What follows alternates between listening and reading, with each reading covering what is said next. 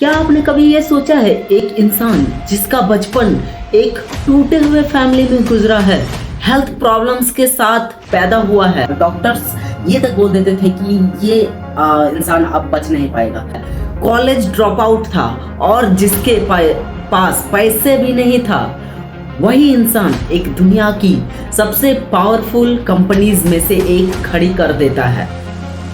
ये कहानी है ओरेकल के फाउंडर लैरी एलिसन की। जब वो 9 महीने के थे तभी उनकी बायोलॉजिकल मदर ने उन्हें छोड़ दिया। उनके बायोलॉजिकल फादर ने कभी जिम्मेदारी ही नहीं ली, उनके पैदा होने से पहले ही उन्हें छोड़ दिया।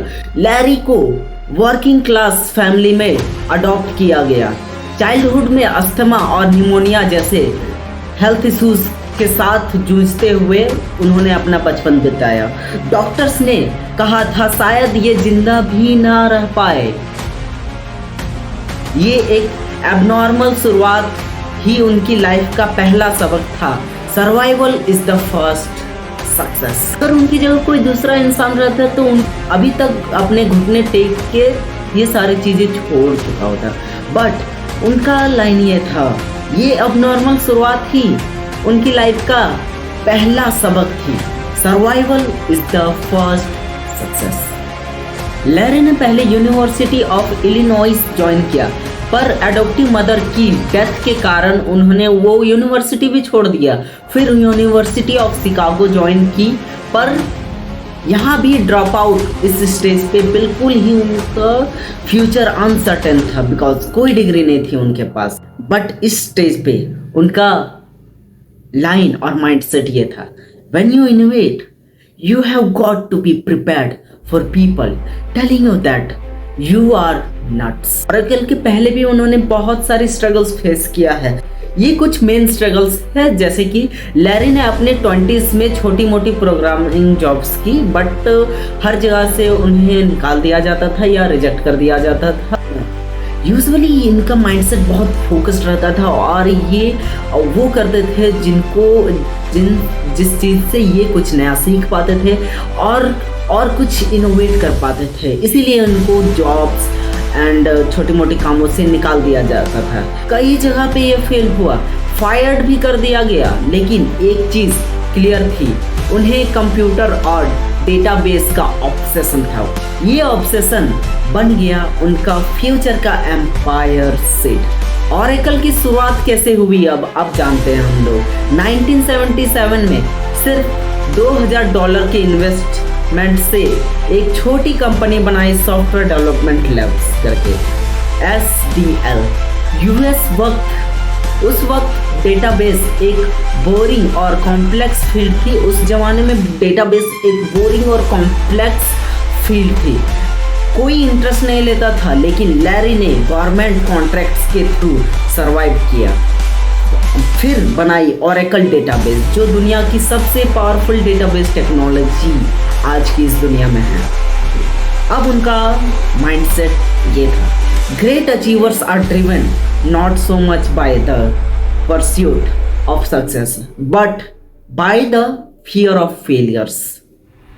उनकी लाइफ में कई सारे फेलियर्स और एबनॉर्मल इवेंट्स हुए हैं। फॉर एग्जांपल 1990s में ओरेकल ऑलमोस्ट बैंकरप्ट होने वाली थी। लैरी एलिसन ने एडमिट किया कि उनकी मैनेजमेंट गलती थी। लेकिन उन्होंने एग्रेसिव सेल्स और इनोवेशन स्ट्रेटजी से कंपनी अपनी बचा ली। कॉम्पिटिटर्स फेल होते गए, ओरेकल टॉप पे चढ़ती गई। उनकी कॉम्पिटिटर्स कंटिन्यूसली फेल होते गए, लेकिन ओरेकल टॉप पे चढ़ती गई। Lesson, fail fast, admit fast, fix fast. Means fail fast, admit fast and fix fast. Lifestyle and abnormal choices. Larry अपनी लेविश लाइफस्टाइल के लिए भी फेमस है, मैंसन, प्राइवेट जेट्स, यार्ड्स। लेकिन उनका एक स्टेटमेंट बहुत पावरफुल है, when you live your life in fear you don't rely live it all. मतलब रिस्क लेना और अपनी पसंद की लाइफ जीना ही असली सक्सेस है।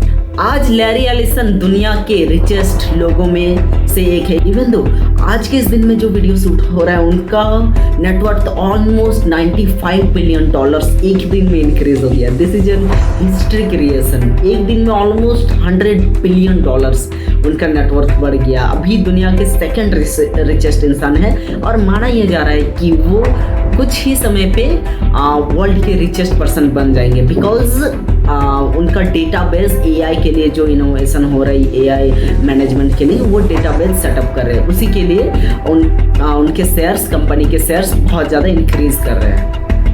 और दूसरी तरफ एलोन मस्क की टेस्ला के शेयर्स नीचे जा रहे हैं, इसीलिए उनका चांसेस बहुत ज़्यादा है कि नंबर 1 पे उनका नेटवर्क आ जाए। लैरी एलिसन की कहानी हमें एक चीज़ सिखाती है, चाहे चाइल्डहुड कितना भी ब्रोकन हो, डिग्री हो या ना हो, फेलियर कितने भी हो, अगर ऑब्सेशन और बर्निंग डिजायर है तो दुनिया की सबसे बड़ी कंपनी खड़ी की जा सकती है। Remember his words, if you do everything that everyone else does in business, you will lose.